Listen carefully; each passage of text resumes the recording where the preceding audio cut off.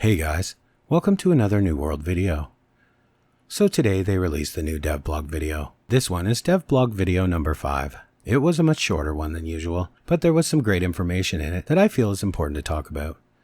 So let's just get into it, and I do hope you guys will have some thoughts on these topics and be just as excited about them as I am. So first, as I'm sure many of you know, as far as April goes, they didn't add any new content in the build update, and they had not planned to.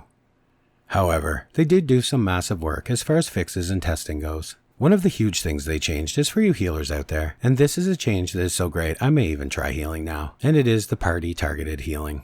You will be able to target specific party members to cast heals on now, much like in other MMOs like World of Warcraft and games like that, clicking their name in the party list and targeting them with the heal. This is a change that made me so happy to hear. I know it should have always been that way, and I do agree, and they wanted to try something different and it sucked, let's just be honest.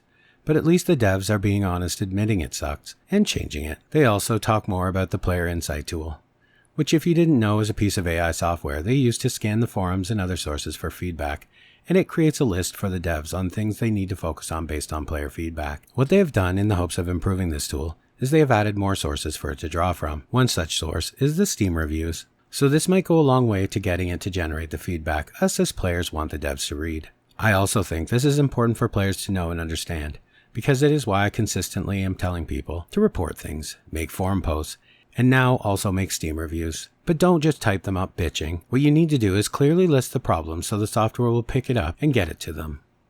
So in the April build, they have addressed another 1,500 bugs, problems, basically defaults in the game, and have fixed them.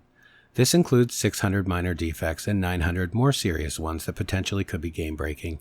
And I have to say that after spending about 20 hours on the PTR build, you can feel it. The game does feel smoother. There's almost no instances that we have all grown far too accustomed to of your playing being interrupted by some stupid bug that just makes things annoying and confusing. Everything is starting to feel finished and polished, and your play is just smooth now, especially with all of the desync issues with the weapons being addressed on this PTR. In the video, they also discussed the success of the free-to-play weekend, as well as the double XP weekend, and they have plans on doing things like this a lot more moving forward. But as they say, they don't want things to become boring and repetitive, so they've been brainstorming more ideas for weekend events, which I'm not gonna lie got me very excited for potential things like loot luck weekends, crafting experience weekends, weekends where you will get an additional minimum gear score in crafting. It's really endless that they could come up with. And the next thing they talked about was what we've all been waiting for, and it is how the new PvP system will work and when we can expect it. Well, they didn't give a specific date, however they did keep saying in the next update, and that it is ready, so I think we can all safely assume that May PTR will be the target for this. So for how it will work is that they have added a new XP track for PvP experience. As you progress in this XP track, your PvP rank will increase, and as your PvP rank increases, you will unlock items from a new vendor for purchase. Gear, consumable, weapons, all kinds of things. There will be a ton of ways you will be able to earn this new PvP experience, including basically any activity that is associated with PvP currently. OPR, faction control points, wars, even PvP faction missions. But of course the best source will be the new 3v3 arena. Now before I get into the 3v3 arena, I also want to mention that as well as earning PvP experience from these activities, you will also receive a new currency. This currency is PvP salt. They say that they modeled it from the idea of harvesting the salt from the tears of your enemies, which is a bit boomer cringe, but not at all surprising from boomer devs, really. So for 3v3, what can we expect?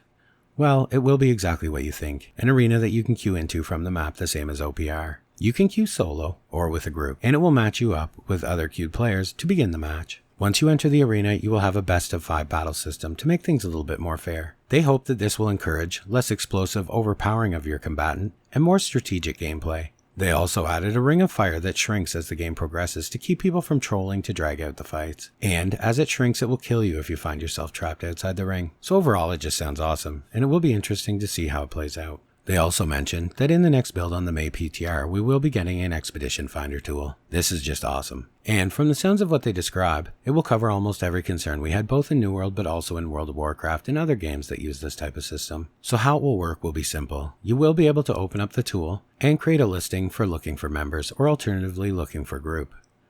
When you do this, the other players accessing the tool will see these listings.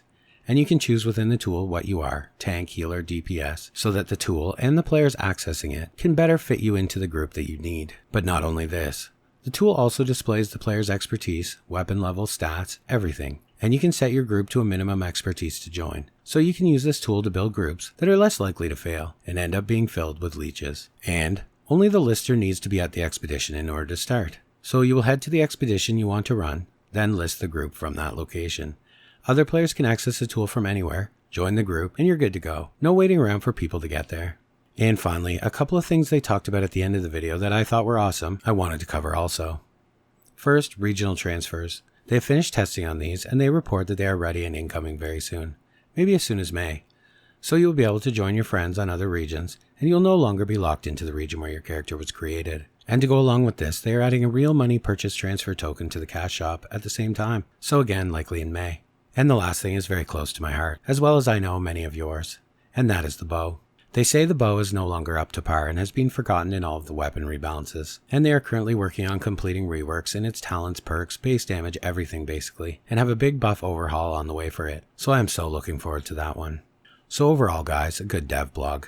A lot of really good news and exciting changes and fixes coming to the game. I have, over the last few weeks, seen a lot of content creators creating these "Is it time to return" videos, and I have been very reluctant to jump on this bandwagon. But I will say now, with the information in this video, combined with the experience I've had on the April PTR, and knowing that 3v3 is on the way in the next month, I will now say yes. Yes, it is time to come back. You will have about 5 weeks till 3v3 hits live, and you will want to use this time to build a perfect optimized gear set and prepare to engage in these PvP battles. Because now PvP means something, and the rewards they promise will be heavy in substance. So now I do believe it is time to return. And as always guys, thanks for watching, and I will see you in the next one.